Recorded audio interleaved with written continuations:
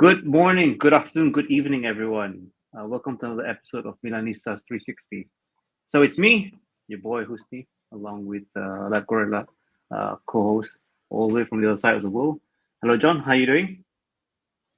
I'm good, Hasni. Hope you can hear me okay. Sorry, guys, for no cameras today. I am doing this in what's the word, Hasni? I'm trying to From the match shadows. Hasni. He's got yeah, that's right. Few issues with technology today. Yeah, so this will be slightly different. We'll be doing a audio only podcast. It would be good for our listeners who are catching us on Spotify, Apple Podcasts. But for those who are watching us on YouTube and on Twitter, slash X, uh, big apologies, many apologies. But we still have a show for you. And yeah, we were missing our third co-host, Shane, who's enjoying himself at an interesting live game. I'm sure he's having a lot of fun there, and also in good company, I might add. So, Yeah. John, just to get right into it, yeah, what news from Milan do you think has really caught your attention this week? We're gonna discuss it, Hasni. There's nothing huge. There's more stuff about the stadium as always that never goes away. Cardinale saying, yeah, no, we're taking it seriously to move on to the San Donato area, whatever. The big thing really this week is the interview that was done with Cardinale and Ibra, which we're going to discuss a little bit later on, and also the games that occurred because we haven't reviewed the Atalanta Milan game and Lazio Milan games, but I'm going to say that several other channels have already done, in-depth reviews of those games. I just want to kind of keep it high level discussion regarding the main topics so that we get a bit of a discussion going, Hasni, because I'm curious about, your input on this and people's opinion on some of the topics that came up. Yep. Okay, so just to kick things off, we'll cover the game that we had last week. This was against Atlanta. Important game for us in the grand scheme of things. We do want to solidify our position in the top four. This was supposed to be the game that would actually try make us leapfrog Juve, but hey, guess what? It's a story of Milan, and we can't seem to do that.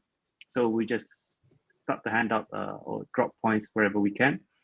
But one thing I do want to really get across is that this game was in a series where we had actually conceded a penalty. I was starting to pick up quite a bit of a trend there. Why do we make so many defensive errors, even though I know that many of you would actually protest that the penalty that was given, the way in which it was given, was not really on some strong footing. I mean, Giroud with a with this long foot sticking out, clipped. I don't remember the name of who was it. Clipped him around the armpit or around the shoulder. It was given. Uh, Fans of both sides saying that it's either a soft penalty or it was indeed a fair penalty that was given. So, John, that was the one that really caused us to drop 2 points. What were your other thoughts about the game? Yeah, so my overall opinions on it was that Leao scored a wonderful goal early on. I mean, it was top class. Not many players in the league can do what he did. Atalanta, double teamed him, sometimes triple teamed him.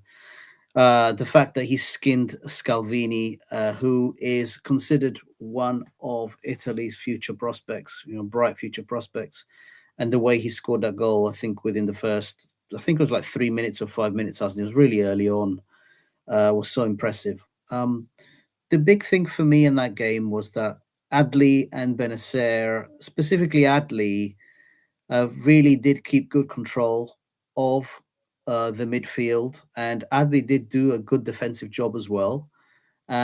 So in this particular game, I'd have to say that for me, he was my man of the match. He both generated quite a lot of vertical passes, but then also ran back and helped out in the defense. And so to me, for this game, Milan played pretty well. I was really surprised at how passive Atalanta appeared. And, I did have discussions with Coach Nico and about whether this was our game that was pushing Atalanta to be so poor, or was it that Atalanta were just off the pace themselves? Um, it's hard to say which one of them, but you know, having watched that game, I don't know, Hasni, I'm also in two minds about that penalty. That foot was a bit high, looking at the slow motion, and it wasn't to the player's armpit really. It wasn't anywhere near his head. I know the guy, made a drama out of it. I think if we were on the other side, we would have probably asked for a penalty as well. Um, I think it was Koopmeiners that scored the penalty anyway, and it finished 1-1. And it really felt to me like a very unjust result because we played quite a bit better than Atalanta, and yet we dropped 2 points. You make a great point, Husney, that this was our opportunity to overtake Juventus, and as always, when these things happen, we just seem to lose it. I'd rather be, let's say, in second place, ready to pick up any scraps if the league decides to punish Inter for anything, right? Going forward, I'd rather be the team to benefit out of it than be the team that's going to sit there watching Juventus benefit out of it. So, well, anyway, it was a good game overall. And I was looking forward in terms of what Benacer and Adley had done in this game. I was kind of thinking, surely for the next game, we'll have the same two players in midfield and they'll do just as well. Okay, yeah. We also have a comment here Christian, yeah. from Yeah. Christian Pasmino. Thanks for joining us, Christian. Yeah. So, So Christian, to your comment, this is part of Pioli Corner. I will answer your query. I transcribed, yes, a question that came to him saying, "Is the league over?" And I transcribed his answer to it. So we'll do it in a minute when we do Pioli Corner. all right. So let's move on to the next game. So this is a game that happened recently. This is against Lazio. Friday night, yeah. Yeah, Friday night, and also with the Friday night drama because of what happened. A lot of controversy in the game, depending on which side that on which angle that you see it from. But to have this number of red cards in the game, I guess this is something that's a little bit unique for us. Even though the scoreline would suggest that it's a bit more of a slow game in that way. But it was eventful in the sense that, yeah, the red cards I thought really changed the flow of the game. Lazio, if we talk about the performance before the card, I thought they had some good chances. They were quite threatening. I didn't think we would actually be able to keep a clean sheet, but yeah, looking at the score, we did. And the goal that was scored by Okafor, let me just say that it wasn't a goal that I would say took advantage of the numerical superiority that we had. Many shots on goal, Providel, and I'll be honest about this. Yeah, I rate Providel quite highly in terms of his abilities. So he did the best that he could. It could have gone in the first shot, but yeah, he kept that one out. But the second one got a touch to it, and it went in. Credit to Okafor for still trying to keep the placement, and he'll take the goal. And one of the other games where really our substitutes save us in that way. I know we've said it a lot, many times through the season, but relying on these subs in this way, to me, it's a dangerous way to look at these things. Because had Lazio been at full strength, had there been no controversy with the red card, I'm not so sure if we would have walked through with 3 points. So, John, I mean, other than the controversy aside, how do you actually rate how we played? So, I mean, my opinion, I watched, several other channels review the game. Shout out Fabio and Gio. I did watch you guys. I have to say that I thought the game was really, really awful. We played really badly. We had no control whatsoever. All the um, all the excellent game that I believe both Adli and Benacer put in against Atalanta collapsed, and they looked really poor against Lazio.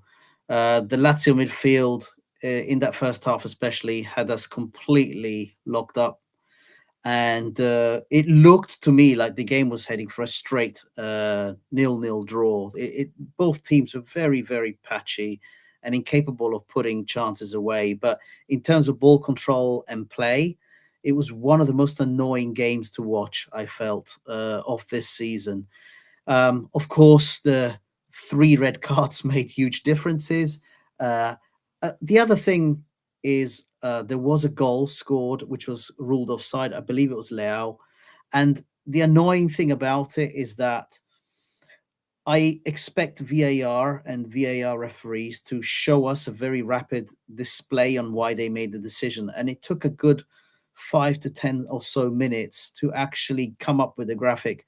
And it really was touch and go about the offside on that offside decision on that. It leaves a lot of people dissatisfied. Um, a What do few you call things that, John? happening. An Yeah. armpit offside? Is that what it Yeah, was? right, exactly. Yeah, no, you're right, Asni. I think that's what leaves a bad taste in people's mouths is because first it took so long, and then, and I know conspiracy theorists will say they were just adjusting the picture to make it look right, that it was a correct offside decision. Um, I have to say that this did come up. A lot of the stuff in this game came up, of course, in the post game for Pioli, and again, I'll mention it. But Pulisic was heavily involved in what happened in terms of he was involved in 2 incidents that resulted in red cards. I felt Pulisic throughout the game was the one spark that tried to do something, and he had some good shots away. In terms of the worst players, there were so many. Husney, I felt that I know Ruben Loftus-Cheek got a good shot away, but for the majority of the game, he was completely disconnected from the rest of the players. And Benacer, I I think I have to say this. I don't think he's ready to play. He seemed okay against Atalanta, but again, now I'm starting to think that it's because Atalanta was so passive. But in this game, Benacer kept losing balls, losing possession. He really didn't seem to be with it at all. And I would say that Adley also had a very bad game. Pioli himself made several subs, and these will be discussed because, as I said, they came up in his post-game interview. The first really strange ones were the centre backs, and again, that did come up because people said, "What the hell are you doing?" But Okafor is the man for the moment in terms of, he comes on as a sub, he's fresh, he's fast, he likes to get a shot away, which is exactly what we were lacking. We were lacking players that were just willing to get shots away on target. The Lazio keeper had a great game, by the way, Hasni, I think. It reminded me that this guy, uh, he's clearly not an average goalkeeper. So someone that we might want to be looking at depending on what happens to our situation this summer. But Christian, you're absolutely right. Pulisic got death threats after the game, and I never quite understood why it was so. The attitude towards him was so violent, and so I went back and revisited the post-game interview when I was doing the transcription, and a Lazio reporter basically pinned down Pioli to ask him questions, and it got me to watch the game again and made me realize that, as probably Lazio fans blame Pulisic and they call his behavior unsportsmanlike. I completely disagree with it. And again, I'll mention this in a minute when we do Pioli Corner, but to give you kind of a point of view on that as to why some people were saying it's unsportsmanlike behavior, but I don't think so at all. Pioli, in his credit, stood up and backed Pulisic entirely, despite the fact that you have to remember he was a former Lazio manager. They tried to get him on that. He did not. He did not collapse there. He stood there and backed Pulisic all the way, which is great. Yeah, John, I just want to get your thoughts on something. So this is relating to the several podcasts ago where we spoke about how we are as a team and how we are essentially trying to outscore everyone. But in the past 2 games, we've gotten by with a solitary goal. I know the one against Atlanta was 3 points, but It was a goal. I'm trying to see if there's any linkage between a lot of our players coming back, even though they're not starting. So, for example, tomorrow he's training with the team, but he's not starting from the first minute. So I'm wondering, is that are we now moving into a different phase where, okay, we're just not a high scoring team anymore, and we're trying to get by with this single goal, and that's why we've named the podcast as Soul Goals.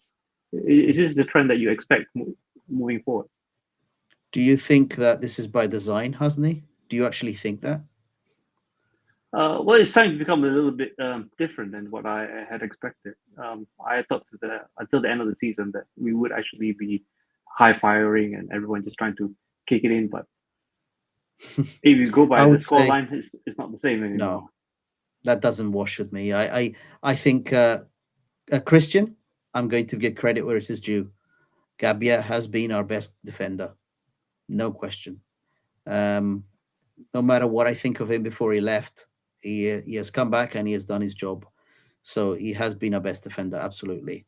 I would say that it will be interesting to see what happens when Tomori comes back, whether Gabia is paired with Tomori. That should be our so-called strongest partnership, theoretically speaking. Um, I still insist that I would like Simic to be used as a true rotation player, and he's not. Um, so yeah, that's what I'd like to see. I think Hasni, on your question regarding are we consider fewer goals by design? I don't know if that's the case, dude. If you look at this game, we had no control whatsoever of this game. Uh, but Lazio were really poor up front. And against Atalanta, they were so passive. I think they would have struggled to get a shot on target against anyone. So I'm not counting anything as this is some kind of strategic uh, improvement that's happening because players are coming back from injury. I doubt that actually. But I know I'm here to be proven wrong, of course. But no, I thought the Lazio game was one of the worst games I have watched us play this season, and yet we've ended up with 3 points, which is good, great. But please, don't be fooled by the scoreline. I think if they had not got a red card and we had such numerical advantage, I don't think we would have got over the win.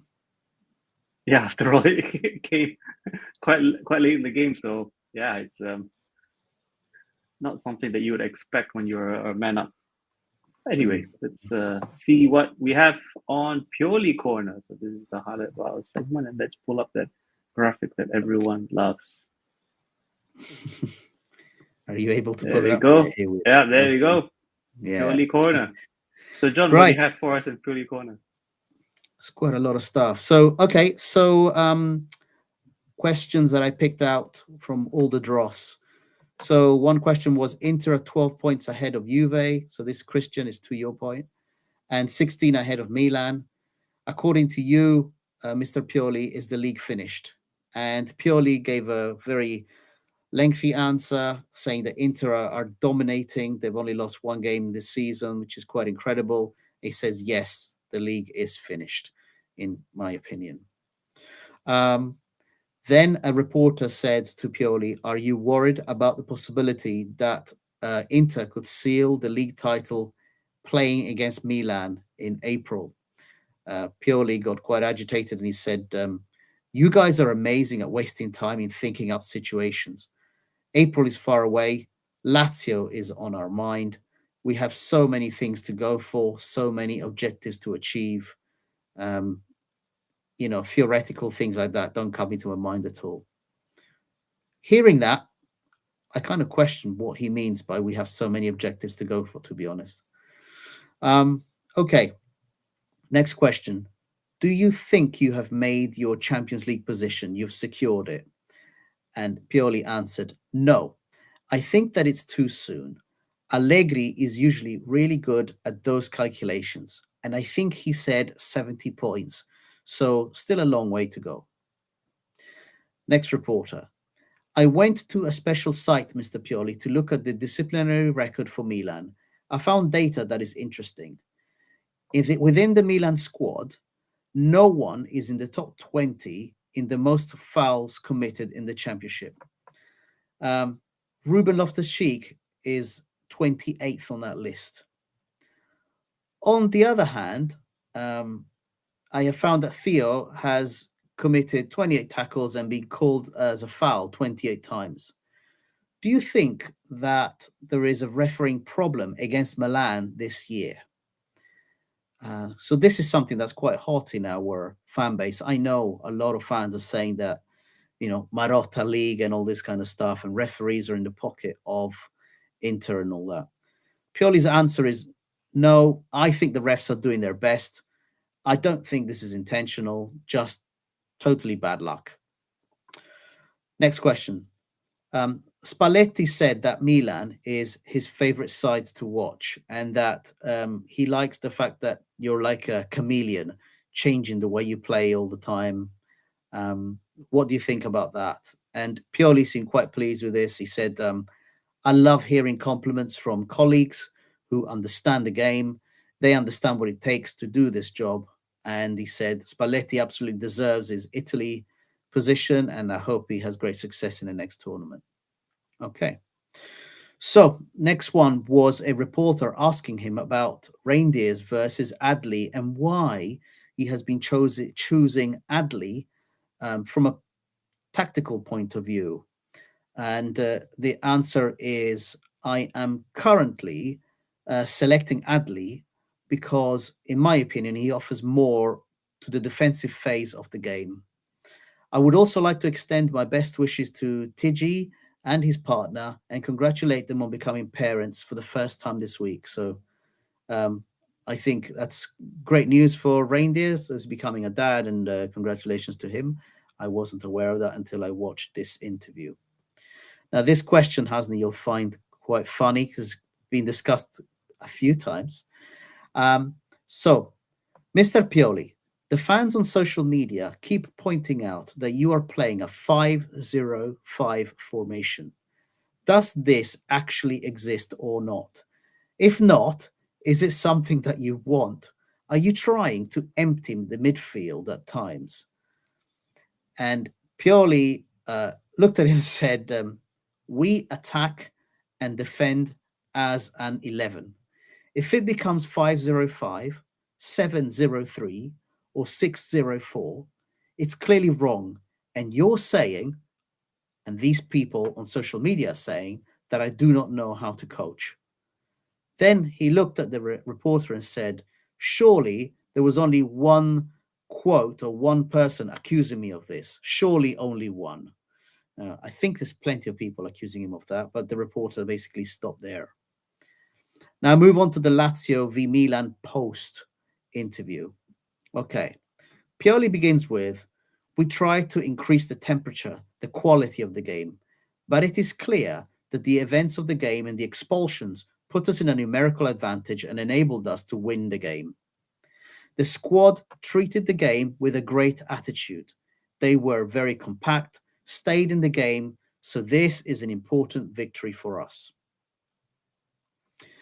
Okay, so he's asked about the red cards and his opinion on the Pellegrini, Luca Pellegrini red card. He says, I did not see the review on the cards, so I can't comment. I haven't watched them again. But on Pulisic, there is no player with a better, correct attitude in football. That's the way I can put it. He uses the word corretto. So if the referee doesn't whistle, you keep playing, and Pulisic did exactly that.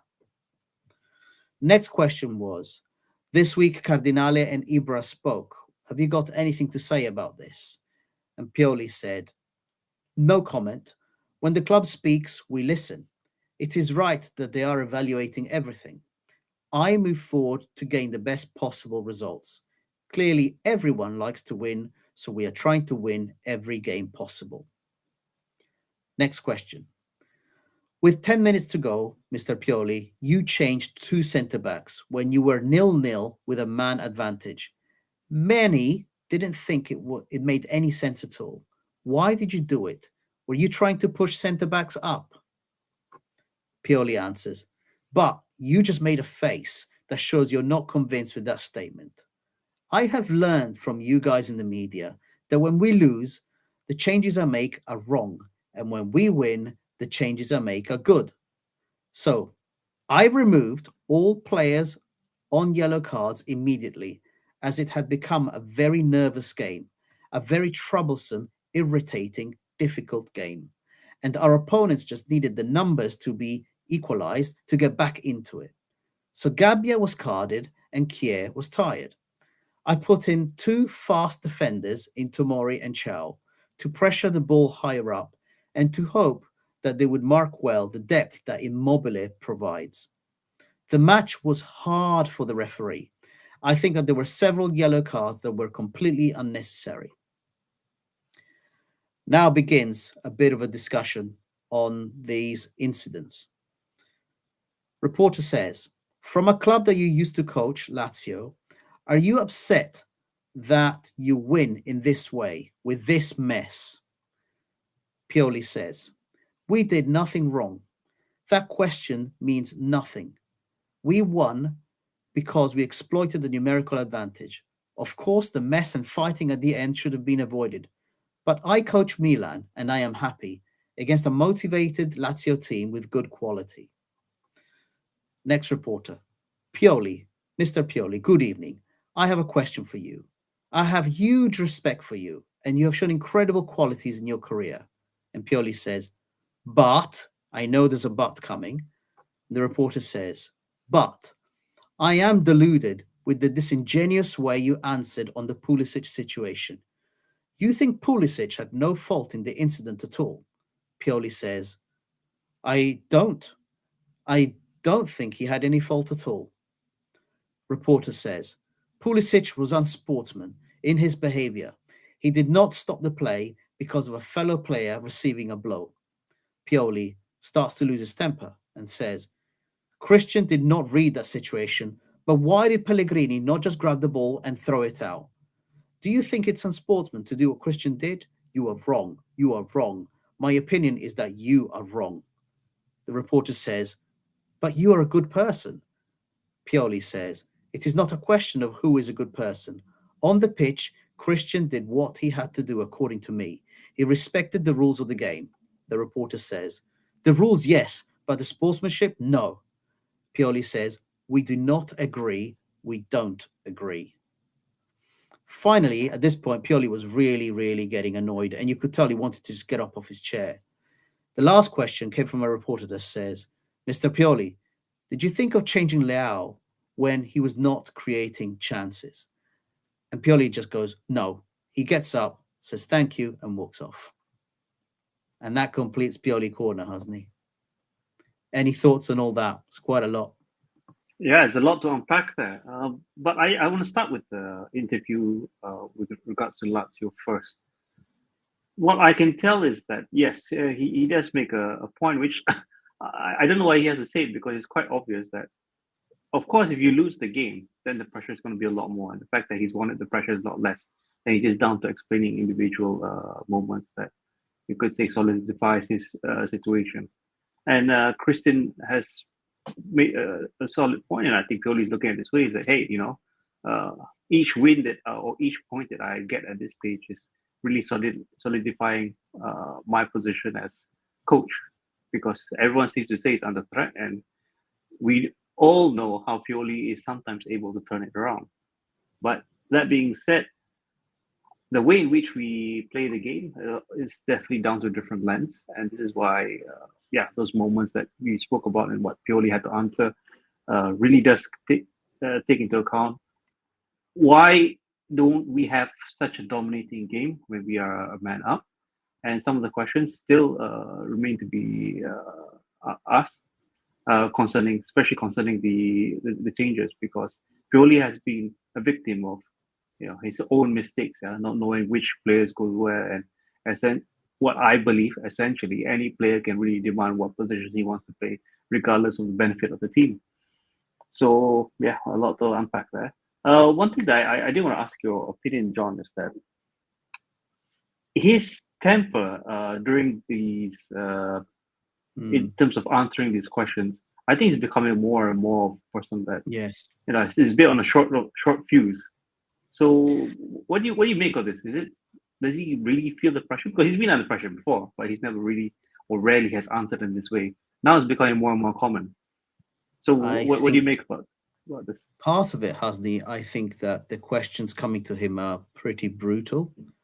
You know, to have someone say to you, I mean, remember, Hasni, I've picked out the most interesting questions and answers. There's a lot more, right? A lot of them is like slightly leading into a situation where he's getting quite annoyed because uh, he's being asked, basically, you don't know what you're doing. He's being told, you don't know what you're doing, Mr. Pioli. We're telling you that other people can see that our formation is often going to 5-0-5, right? That's all right, Christian. It's part of the fun, actually, that remains in watching Milan is these pre and post game conferences. But he is losing his rag a lot more. But I think you would too, right? If said, people who've never been coaches came to you and said, you don't know what you're doing, you're having no control, we can all see that. There are people talking about your job. It must get tiring after a while. And I think he's just, human. I think in these interviews, one of the guys, as I read it, a Lazio reporter tried to pin him down and say, "Oh, I really like you. You're a former Lazio manager, so we really respect you." But Pioli knew exactly what was coming. He knew that this guy was just setting him up to kind of, stick the knife in, and he was trying to get Pioli to say that Pulisic was unsportsman. Now, I reviewed back the match and thought, what are they talking about here? So this is on. Can you remind me the name of the player that got sent off first? Pellegrino. Pellegrini, right? Luca Pellegrini, Pellegrini, yes. right? Yeah. Yeah. Yeah. So what happened is a ball came down and Benacer basically jumped up at the same time as a Lazio player, and the Lazio player went down. I heard quite clear scream, and the ball bounced out to Pellegrini, Luca Pellegrini, and he tried to control the ball. He could have kicked it out himself, and yet, Pulisic, there was no whistle. So Pulisic said, "Well, you're trying to control the ball. I'm going to try and take it off you," and that's when Which he did, Pellegrini, yeah. yeah, and that's when Pellegrini was an idiot in grabbing him and pulling him back like that. That's not that's not Pulisic's fault in any way whatsoever. I I'm genuinely shocked. And then the other one was a ball coming across the pitch, and who's running for it? It's Gandozi and Pulisic again, and Gandozi's an idiot. He gets a red card for it. I think, you know, in this instance, Pioli was absolutely correct.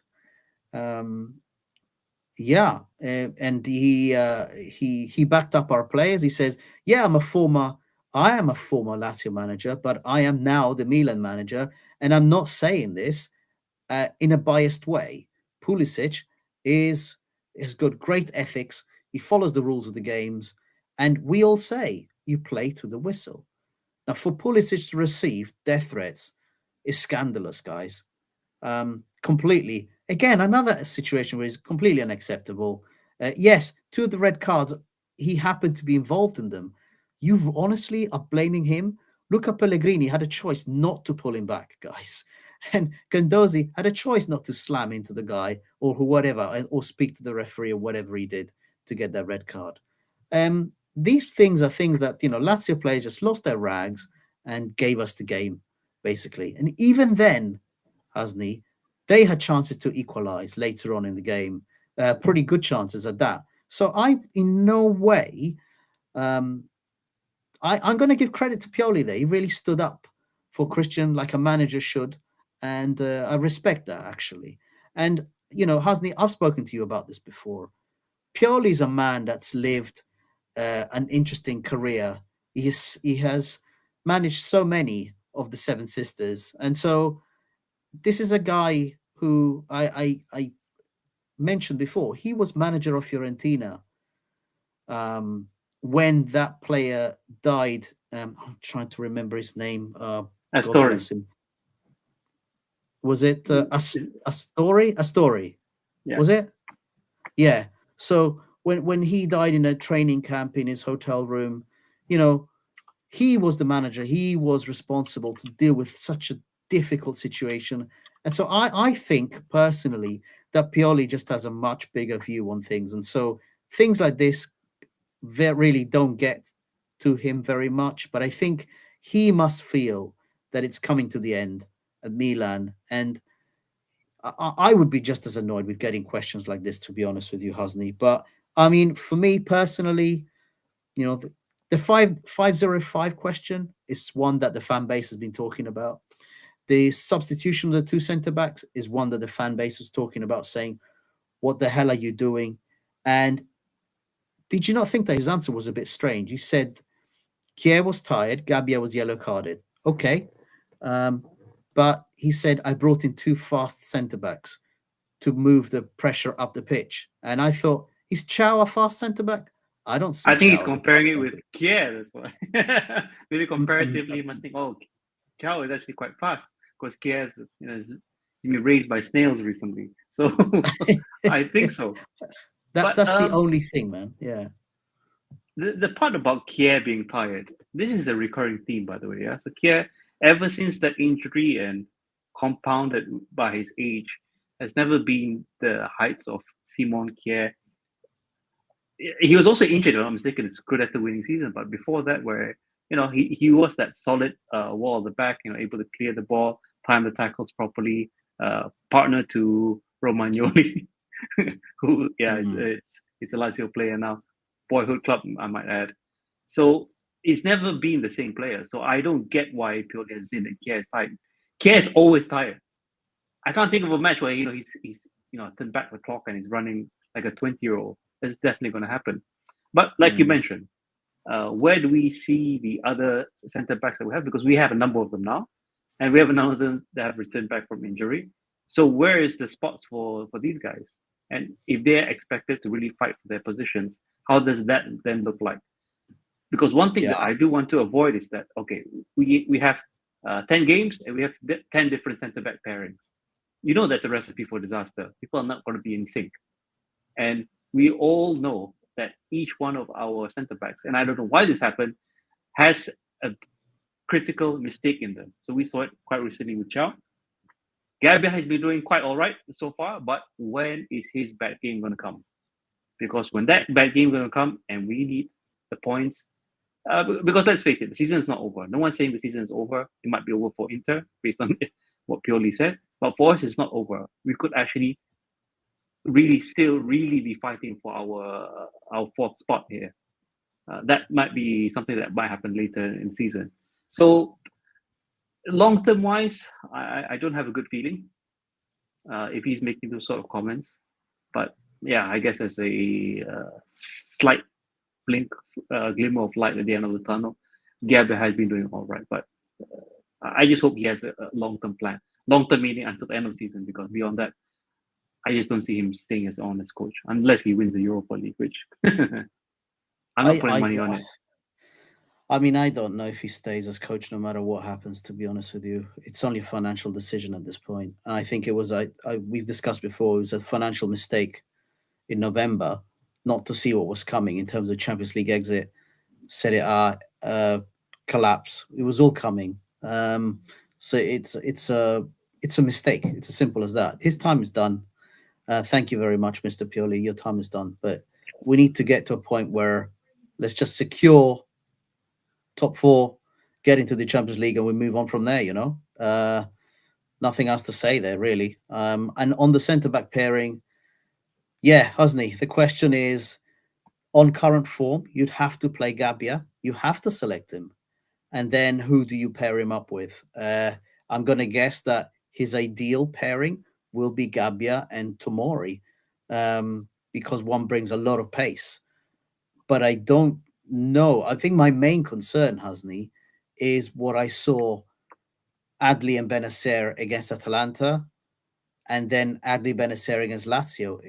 In one game it looked like it was working, in the other game it looks like it doesn't. And now I'm thinking that it's because of the opposition. Is not actually because Adli and Benacer are a good pairing. So still in midfield, I am genuinely lost as to what is a good pairing. Have you got a better idea, Hasni, as to who might be a good pairing in midfield? Yeah, the clone of Maldini. Of some sort. Sorry, midfield. You were saying? Oh, I don't. With our current midfielders, no. We've spoken about this in previous pods. Very similar characteristics. Everyone likes to move forward. This will then become an issue later. We play a much better team, and we don't have to say much better team in the league. If we do want to actually try to win the Europa League, I'm not saying it's happening. Quite a big of an issue. But yeah, I mean, Liverpool have picked up a very serious injury to Alisson. So that's one opponent. But we can't look beyond the Slavia Praga, really. Just kind of have to be. We've proven, haven't we, Hasni, that we can go as low as any team level whatsoever and lose to them. So one match at a time. I think Christian makes a good point, which is like purely plays a style that is risky. We never win with confidence. And I think that's the frustrating thing. It's I get my hopes up, and hope is what kills, isn't it? I kind of thought that Adli and Benacer were starting to form something, but against Lazio, either Lazio decided to swamp our midfield. I know that they have better in ball possession overall, or it's just that Adli and Benacer are really not it together. But I think Benny is not looking right. What do you think, Hasnia? I think Benny's really not looking sharp at all. I agree. But then again, I can't blame him, right? Our dear Benacer has been out with really severe injuries every season now. So when does he pick up his rhythm? And once he picks up his rhythm, again back onto the injury table. So what is the solution? We don't have one, and he seems to be the only person who with that same profile that we sorely need. But hinging it all on him is not going to work. I did think that when I saw Adley in preseason, beginning of last season, yeah, not this season, but before that, I had thought that Adley could be the Benacer replacement, but I'm seeing that he's not. The characteristics is different, so it's going to be tough. Benacer is not at 100%, and this might be a sign that he's looking to move on. But do we have any other replacement at this stage? No. No, and I think Pioli said in his interviews he's choosing Adley over Reindeers because Adley has demonstrated better defensive qualities. Okay, I can go with that, but is that enough alongside Benacer? It doesn't look like it. I think Benacer is going to need, as Christian says, he's going to need a lot more time. He's going to need a lot more time to get into this squad. But against Lazio, that was very poor, and concerning actually. But we won, as we keep saying, we won. We took the 3 points. We walk away. But I also disagree to say that when we win, Pioli's decisions are correct. When we lose, Pioli's decisions are wrong. I actually was kind of saying, come on, Okafor needs to come on way earlier than this, because it was screaming for a strike. I mean, Giroud really did not have a good game. Benacer needs a Kessie. I mean, most teams need a Kessie. 4-2-3-1 needs a Kessie. It's as simple as that. Let's see what happens in the summer with that anyway. Let's just get to the summer in top 4, because that's all we can hope for, realistically speaking, and see where we go in the Europa League. Hasni, are we doing that interview, by the way? No, we are. So it's just 2 clips, each one about 3 minutes. So yeah, we'll be able to cover it. You're okay to? Let's do it. Before that, hi Nico. Yeah, welcome. Hey Nico, you're right, man. Got a new bike, nice. All right. Shane is watching a football game with a special friend. Let's say that, of the opposite gender. All right. He's having a good time. So the next segment that we have is special for today is actually an interview with a vampire. So for those who are fans of the book, I think this is along the same lines. So we'll probably hear it from the vampire's mouth for what he thinks of the club. So I've got two clips for you. I'll play the first clip from our dear. How you doing, Jerry? Good. Thanks for being with us. An August group. Yeah. So, is it like 9 months since you acquired AC Milan? Not even. I think we signed it in June and acquired it in September. There you go. So, thank you for being here with us. Okay, John, let me know when you want to pause it. So yeah, Okay. this clip is only about 3 minutes long, so we have time to actually play the whole thing, and everyone can just chip in. Cool. You haven't really spoken much publicly about AC Milan, so we're really excited to have you here and hear more about. Maybe we could start like, what prompted you like to buy this club, and kind of what's the vision behind it? What kind of is your thesis? Well, look, as I think you know, we've talked about this. We've been investing in sports for over 20 years. And our business model for most of that period was really the business of sports. It was partnering with rights holders. Okay, just want to pause it there. So for those who might have, who don't know anything about Cardinale, this is essentially what he does. No secret to us. We've been talking about his ownership style. And John, you covered it in one of those spots before that. Yeah, this is really his bread and butter. Comes in, business side. This is the money man, as we call it. And creating terminal value businesses around those rights holdings. New York Yankees, Dallas Cowboys, the NFL, the players themselves. 5 years ago, we started looking at the landscape and we said, well, what if we vertically integrated and became the rights holder ourselves? And so this journey really began over 5 years ago. We did a deep dive into European football. I'd always been concerned about European football because when you look at the ecosystem and the capital that it attracts, it would seem that, guys like us competing against sovereigns probably isn't a good idea. Well. It's not a newsflash to most people. Him competing in sovereigns, meaning that I don't have enough money because the people who buy clubs tend to be the big boys, the proper rich big boys. But he's going to have a stab at it, and this is where we're at. This is his real face, hasn't he? That's his real face right there. The face of, oh, fuck, I've made a mistake. But I give full credit to Billy Bean, who educated me, and it just shows you. I was doing it for 20 years, and you don't really know anything. I mean, you can always learn something in sports. And he said, you're not looking at it right. European football really is Moneyball. And oh God! Another quote that we definitely have to clip somehow. European football definitely is Moneyball. Okay, let's see how many of the teams that have won the Champions League and consistently the other leagues have actually employed Moneyball.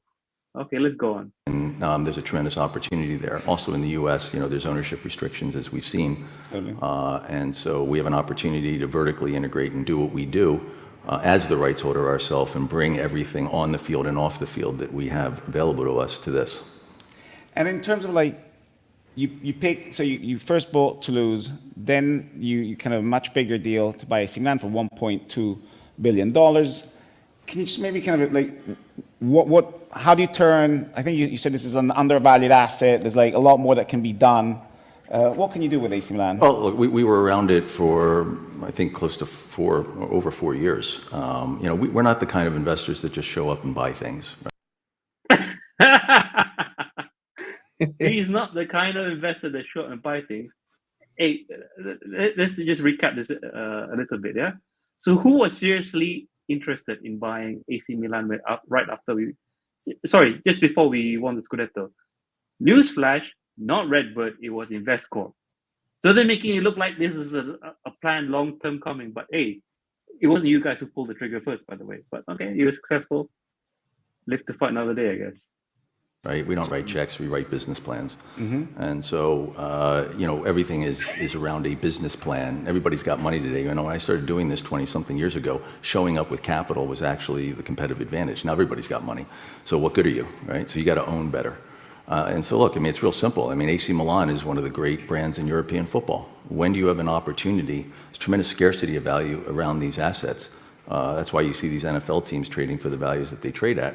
Obviously, the economics around that, when they all come together as 32 owners, is pretty powerful. But, something like AC Milan, I didn't know it, until I started researching it 4 or 5 years ago. I mean, it's got the second most Champions League trophies in history. Oh, God, nah. That's the killer statement. Only started researching it 4 or 5 years ago. So if you're a fan from the 80s or early 90s, guys, you have infinitely more knowledge about the club than this guy who owns the club now. Yeah? So that's a fact for you. Behind Real Madrid. It's an undermanaged asset. And frankly, when you look at everything that's going on in the continent versus England, which I know we'll talk about, there's tremendous opportunity for us to do what we love to do. We love to bring our commingled capital and operating capability to an ecosystem and enhance it. And that's what we're going to do here. So, I mean, in Italy particularly, we've seen a lot of foreign investors, particularly other American investors.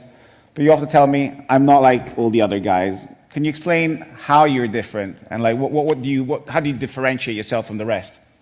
Well, look, I mean, for us, we love building businesses. I'm a little concerned with what I'm seeing today in the capital that's chasing sports. I mean, there's been a bubble around sports for some time. This is not a new phenomenon. I would say the euphoria around sports and the things that I'm hearing concern me a little bit. I mean, the moment you start talking about sports as an asset class, I think everybody should just stop for a minute and think about that, right? What? You get that part, John? I did. Of course I did. I've heard this this particular interview I've heard, and it's insane because you know what's funny, Hasni? He's looking to get people into investing as a minority shareholder in Milan, and he's talking it down. It's just brilliant. You cannot make this up. But the biggest thing is all these slogans that he's firing off. They make me feel sick. I hear these kind of slogans so often in a particular line of work that I do, and they make me want to vomit because it's just hot terms and hot takes kind of things, and they actually mean nothing whatsoever. But for him to say, "Oh, there's a bubble around it, and it's about to burst," and I've heard him say no one should be a minority shareholder of a club, and then he's looking for a minority shareholder of a club. Madness. Now we have the benefit of longevity. The way we bought AC Milan speaks to that. There is a virtue in continuity the way we approached AC Milan. I'd say Elliott did a hell of a job in the 4 years that they owned it. They really got it to a place where someone like me now can take the baton and take it to the next level. That's tremendous. I'd say that a lot of the distinction. I don't really compare ourselves to other people. Not that he can. He just said it at the very beginning, right? Like, I just don't have the capital for it. Of course, you can't compare. I know that our model has worked. I've got 20 years to show that our model has worked. And it really comes back to the whole point of when we look at AC Milan, we look at the ecosystem, start with that, and we write business plans. Ecosystem. I've got 3 constituents in the ecosystem. I have Serie A, I have the fans, and when we look at that and we look at the municipality of Milan as the 3rd constituent, there's a real opportunity for us to bring transformative capital, a company building mentality, and professionalize the way these assets are run, managed, and to deliver a value proposition to the community. I mean, this last panel that I just heard, I'll tell you guys, I mean, there is no doubt that there is a public-private partnership in European football. You have to embrace it. In America, we don't have that. America, the owners own the teams. That's it. And the fans, come passively. In Europe, you can't do that. We have a phenomenal fan base in Italy. We have a phenomenal fan base in Milan. When you look at our last Tottenham game in Milan, it was the single highest grossing game in Italian history. Guess what, Mr. Cardinale? You have to get to that match, by the way. And to get to that match is not through the fucking Europa League. So if he wants that, he has to know. It has to be clear to him about how to get it. Which Hasni, it went right over his head. Hasni, can you please professionalize this podcast? Just cannot get over these terms. Please professionalize my life. And our average attendance is the highest in Serie A, and it's the 5th highest in all of Europe. So, the fans are doing their job. Yeah. Our job is to do our job, right? And our job is to deliver a value proposition to those 3 constituents, and that's what we intend to do. We'll come to the stadium in a minute. One of the things that, like, talking to kind of some of the fans and kind of the kind of in the media, there's questions like, yeah, I don't think we need to hear any more of Jerry, do we? Have you got the bit with Ibra? I do. Okay. Yeah, because it's just the Jerry stuff now. It's just literally just our job is to do our job. Come on. Oh my God, I can't take this anymore. It hurts my head to hear this guy speak. It generally hurts my head. Let's move on to the Ibra stuff because I think it's quite. Who says I'm Okay. Give me a moment, guys. not? So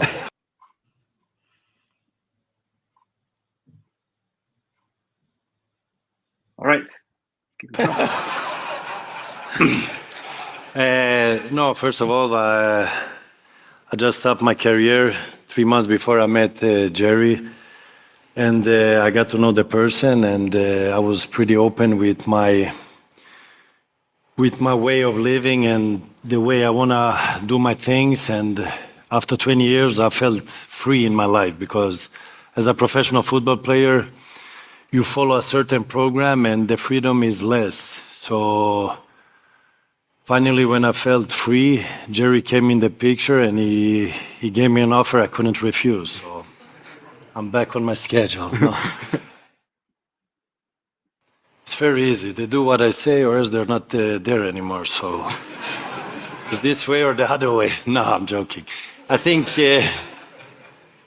the tricky situation is, as a former player, I used to play with these guys. Yeah. So they were my teammates 8 months ago. And there is a huge respect between us. And obviously, the situation I'm in now, the role I have now, you have to make certain decisions and not being maybe too friendly. You have to think in a different aspect from above, and you think about the club, the team, the future, and you need to decide in a different way. But I have a good relationship with them. They're doing good.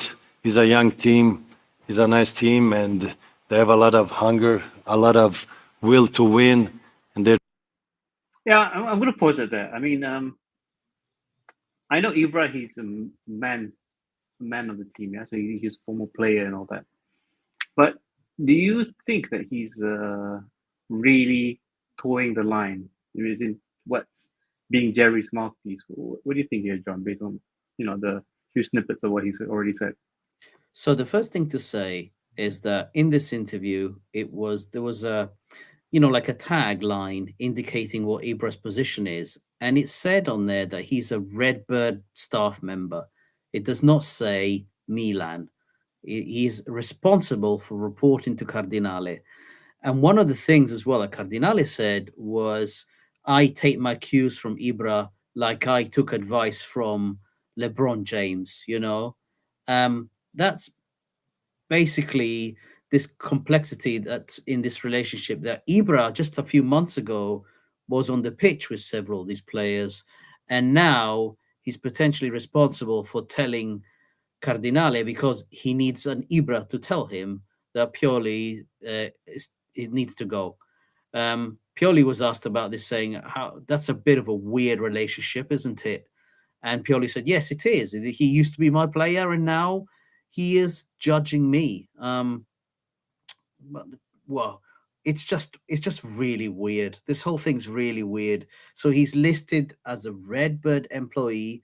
His job is to report club-related things to Cardinale, and apparently Cardinale is going to act based on that. Which who did he have before then? Then I don't understand. Are you telling me that before Ibra came along, Cardinale wasn't told that the whole club was being run into the ground? Well, he had to hear it from Elliot, man. That's the thing. He had to hear it from Furlani, who, like we've mentioned in the previous part, we don't know where Furlani's loyalties actually lie. Other than the fact that he's a Milan fan, but he's not a Redbird employee. I think I think this is a good point that you raised, Hasni, is Forlani. And every time I've seen a Forlani interview, however much I've not liked what he said, he has been the only one that's been very transparent and honest with what he said. So the question was, are you going to sell players next summer? He goes, potentially, yes. You know, is the club going to stay here or go to a different? And he says, well, we're going to have to assess every possibility. The guy is an Elliott man. He has no vested interest whatsoever in making Cardinale look perfect. In fact, you know, Christian, you've mentioned Gordon Singer goes to the matches. That's also his investment. Remember, he's got a 600 million loan in the club, and so he's potentially he also likes the football, although he won't like it now.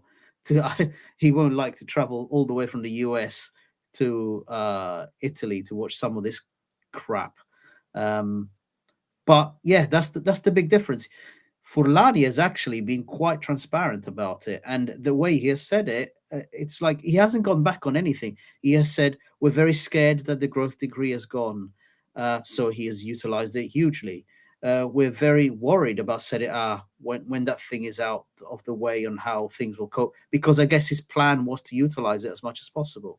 But he's also, the rumors are he's heading out, Husney. He's heading out of the door this summer. But to me, he cannot head out of the door unless Cardinale has found someone to give him the money for that Elliott loan. That is why Forlani is there in the first place. Yeah, so you're right.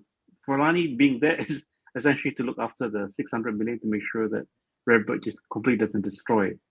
It makes sense for Elliott because if they want a way out, they don't want to reacquire the club in the same way that they had to take over just because Yong Hong Lee defaulted on his loan as well. So yeah, it makes perfect sense. But then leads to the question, and I know there's been rumors on the internet about who the potential minority shareholder is. But the way that Cardinale has answered, it may indicate that he's already found maybe just a few formalities here and there, but pretty much he's already lined up who the minority investor is. Hopefully it's PIF because we know that what their ambition is. I agree with you, John. Triggered by the whole situation. Sorry. No, carry on. Let's hear the rest of it. I think what Jerry will bring with the new stadium, he will give the fans what they deserve because it comes up to another level and you run it in a different way and then you can attract better players, more better economies, and that becomes a domino effect. And that where I think that, with all the respect for the Serie A, I think it's a little bit, a couple of years back compared to the Premier League, which are more in front when it comes to the whole surroundings. This is the greatest team player I have ever met. And I'm not talking about on the field. Yeah. I mean, I'm talking about the way he is. Hang on. The greatest team player that he's ever met. Oh, God. So Wow. him saying that, I know it's praise for Ibra, which I won't deny that. I don't think anyone can deny is that Ibra, he's accomplished a lot in his career. But this guy who you see on the screen did fire one of the greatest players ever to grace the game, and that is Paolo Maldini. So I'm not sure that Cardinale is speaking in context, but okay. What he has brought to this, his humility, his intelligence. We do have a track record at Redbird of partnering with guys like Zlatan, right? So in the Hollywood world, in the sports world, I've partnered with Dwayne Johnson. I've partnered with Ben Affleck and Matt Damon. I've partnered with LeBron James, and so I see in Zlatan the same thing. Okay, so yeah, that's the wow. Just wow. Yeah, Christian, to answer your question, the rumor is that Forlani is leaving in the summer. Yes. Stepping down as CEO. So still quite a lot to go through the interview. But in terms of what the vibes that you're getting from that, John, what do you think? Is this an ownership that is set for the long term, or is he already making the moves to say that, okay, once the stadium project is fully off the ground, I need a way out. I can't keep staying in this with this club in this way. What do you think? Yeah. So I think it depends on. So this is a businessman, so it all depends on his exit strategy with this particular asset. That's how we have to see it, Hasni. It's not about Milan. It's about the exit strategy with this particular asset. And so I think notice a couple of things. When Ibra spoke about the stadium, he turned towards Cardinale and he said, the fans deserve that. That's something that someone who's passionate about something says. It's not necessarily something that you do if you're trying to make money. So the quandary here that I have is a question of how quickly can Cardinale get out whilst making a profit on the 1.2 billion that he's put in, and what kind of a level of profit is he looking for? Do you get me, Hasni? So he needs to go for, if I want to raise, let's say 2 billion, if I want someone to buy the whole club for 2 billion, then what do I need to have done to have increased the value of the club accordingly? Because I bought it for 1.2 billion. And so to me, that key piece that's worth 1 billion is a new Milan stadium.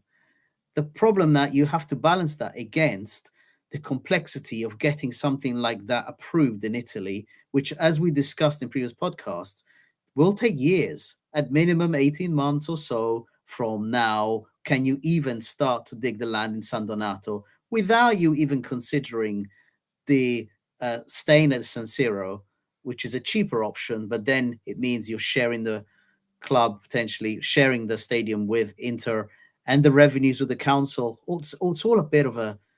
So the thing is, Hasni, you've got to ask yourself, and I think the whole fan base has to ask themselves, do you think Cardinale really are strapping themselves in for the long term to see it really through to a stadium project being completed?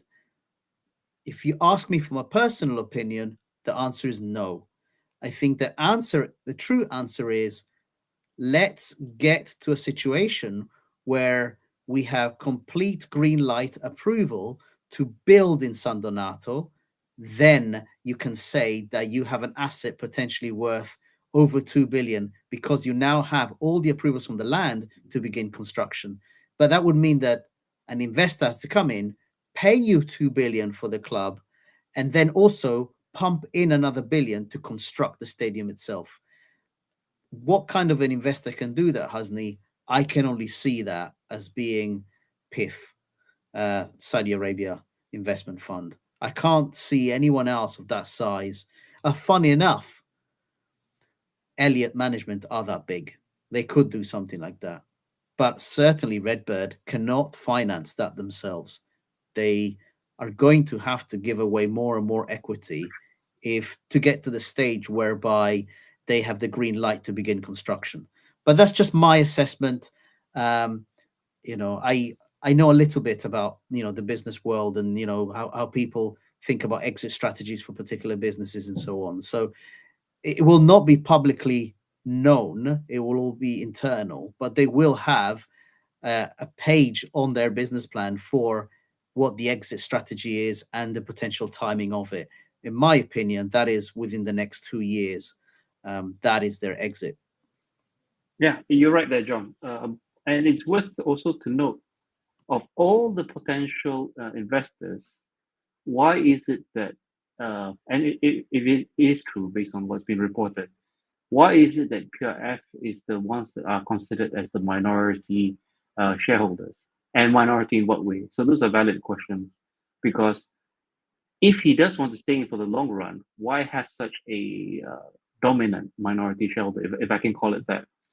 And with what moves that PRF has made in the sports world, it does make sense to them to continue in this way and really to really push for another big franchise that they can take over. Milan does have the reputation for that. Hashtag thanks to Berlusconi. So that's quite important.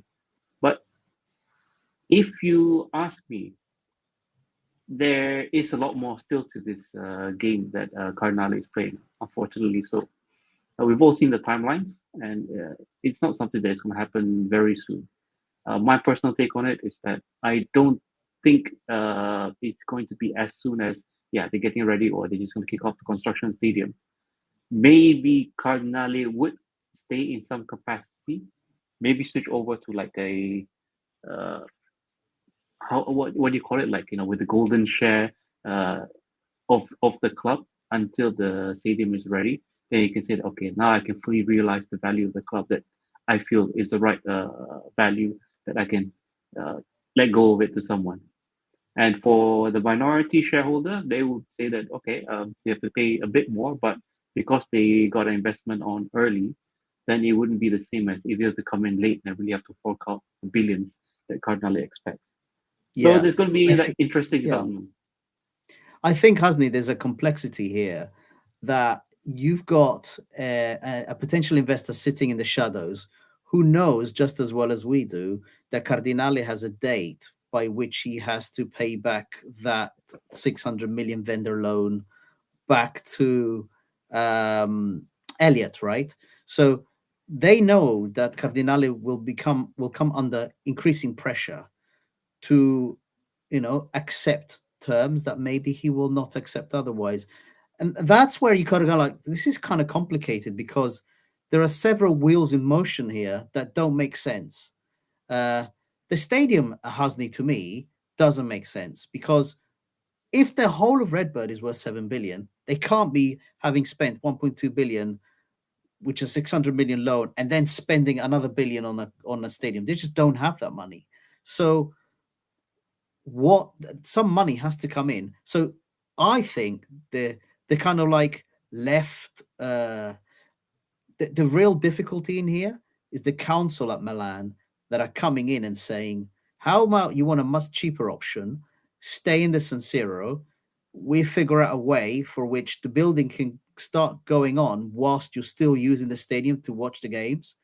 That's my huge concern because I think Ibrahimovic understands if we have our own stadium and our own revenues, we are then a completely different animal in terms of what we're able to do every single year. And we've had these discussions about both Inter and Milan having paid over 65 million euros to the council since something like 2018 just for rental of that San Siro stadium.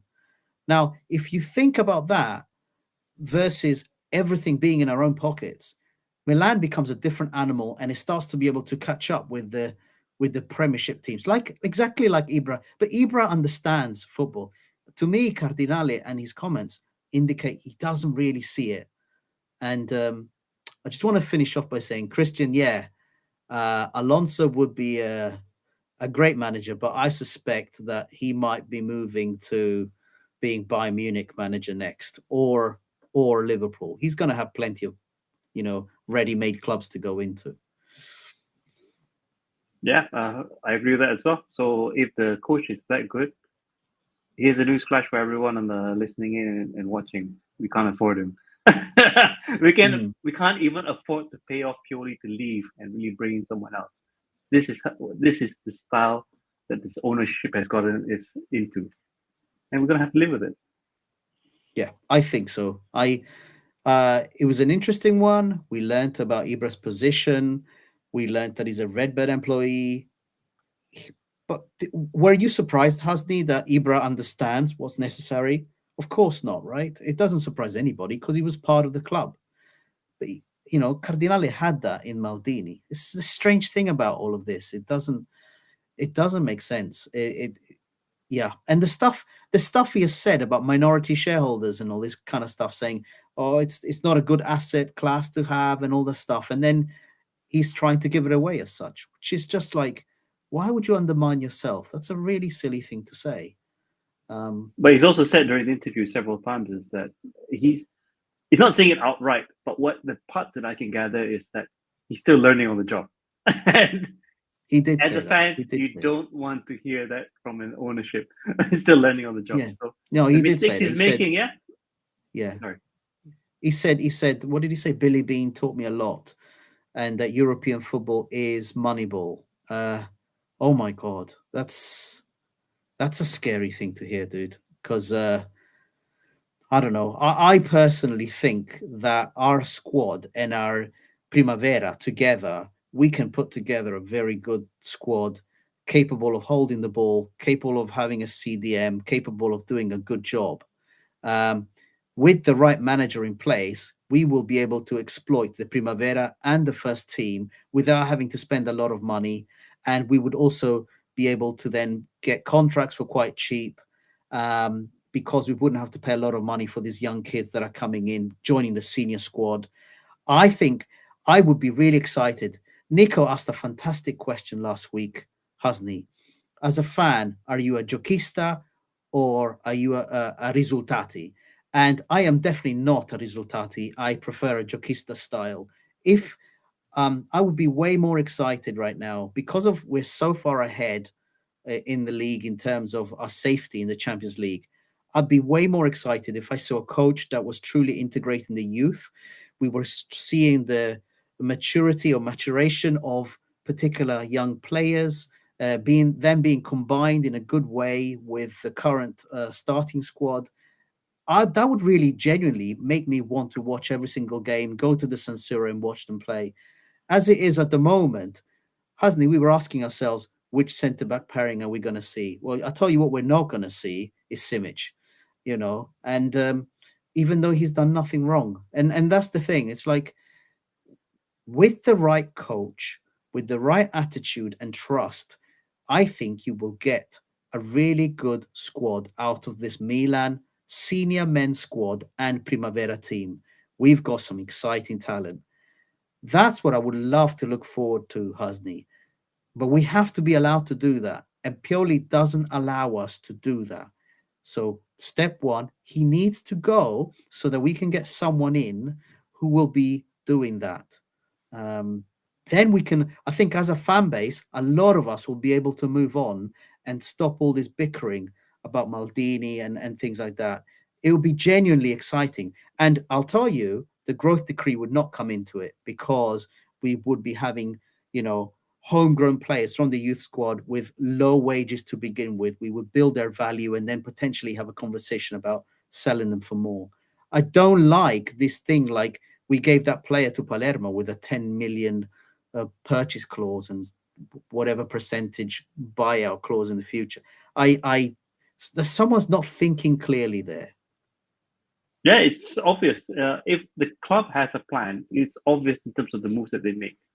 So we see it from other clubs, and clubs that you have to admit that we, in a way, look up to. Yeah, you see the integration, you see the competitions that they play, the team B, if you can call it that, how they start to feel them. This is something that we don't do. So knowing all these things, you know where the obstacle is. Having, as you said, having the right manager that's able to do all this is going to cost money.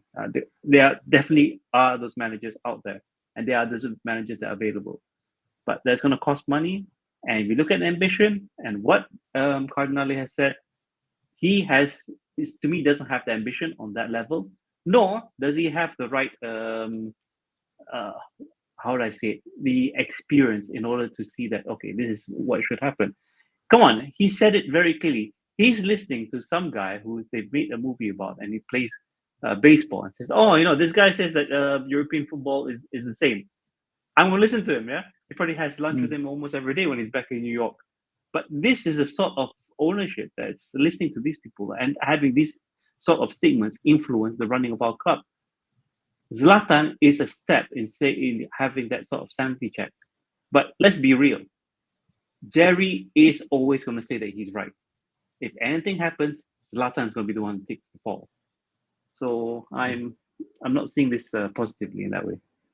Yeah, and I Vince, thank you for joining us first of all, and I agree with you. It's something that, like, okay, Vince, I'll tell you the conversation I had with Hasni before we started this pod today. I said I don't want to go into analyzing the two previous matches in detail because other channels have done that in thorough detail, and to be completely honest with you, I'm not excited to do it. I am more interested in having a conversation about what happened in the bigger picture. So, for example, we spoke about the Pulisic red card, is the death threats, and how Pioli responded to it. But the style of play that was going on, that's something that's, we can all relate to. And yeah, Vince, why? Right now, if you're a Milan season ticket holder, goodness gracious, bless you for that, because you're having to see a lot of dross, home and away. And the frustrating thing is that this is not a banter era squad, but it's banter era football. And some people will not like me for saying that, but I genuinely have to say to you, we don't have awful players within the Primavera and the men's squad. The problem is none of these players are being allowed to be integrated and started properly. We smashed Chow when he came in against Monza and was obliterated, guys. But what sensible manager would have put someone in for 90 minutes like that, who has just come back from several months off? A sensible manager would have done this 10 minutes here, 10 minutes there, then 15, 20, and so on. That's what would have happened. Now, you see other players who are definitely capable of stepping in, but are not being given the chance. That makes them also feel really, they get deflated, and then their form goes down as well. So, Hasni, you said this in the past. Krunic and I'm going to mention his name again, and Pioli's insistence on Krunic in terms of that position then being harming the careers of so many other players because they're not being integrated. That's what Pioli's legacy is going to be in the end. We have to say we've got one Serie A title. That was an amazing achievement. We have to be realistic about, that's probably ahead of where we should have been at the time. But it's time. It really is time. And I hope Ibra shouts in Cardinale's ear, Pioli's time is over. There is nothing you can do now, and that anything that he can do now, even if he wins the Europa League, do not keep this guy, because the pattern will repeat itself. It's undeniable. He will injure players early season by overplaying when we have 2 or 3 fixtures, 2 or 3 competitions to go after. He cannot cope with that. Pioli simply cannot do it. That's just my assessment of it. And again, I'm more than happy to be proven wrong, but so far, unfortunately, I haven't been. Yeah, well, this is the story really of the podcast, is that we speak a lot of things that are on our minds, dear to our hearts, and in ways that may not agree with others. We really do, and I speak for myself when I say that I really want to be wrong. Yeah, I'm happy if I'm wrong, but in the cases that I'm right, it doesn't give me a good feeling either. So yeah, I'm with you on that one, John. And we are covered quite a lot today. So I'll just like to thank those who have joined us: Christian Pazmino, Vince, Coach Nico. Thanks for joining us. And for those who are watching us on YouTube, you can also catch us on Spotify and also on Apple Podcasts. I will be uploading this episode. Quite interestingly, is that you'll see an audio-only version. I think that's new for us, John. So that's quite a something new that we have for the channel. And yeah, all I can say is that thanks for tuning in, and we look forward to a lot more positive news over the next weeks, days, and months. Hopefully, until Pioli wakes up and decides to leave. But until then, Forza Milan, as always. Forza Milan, guys. Ciao tutti. Italia!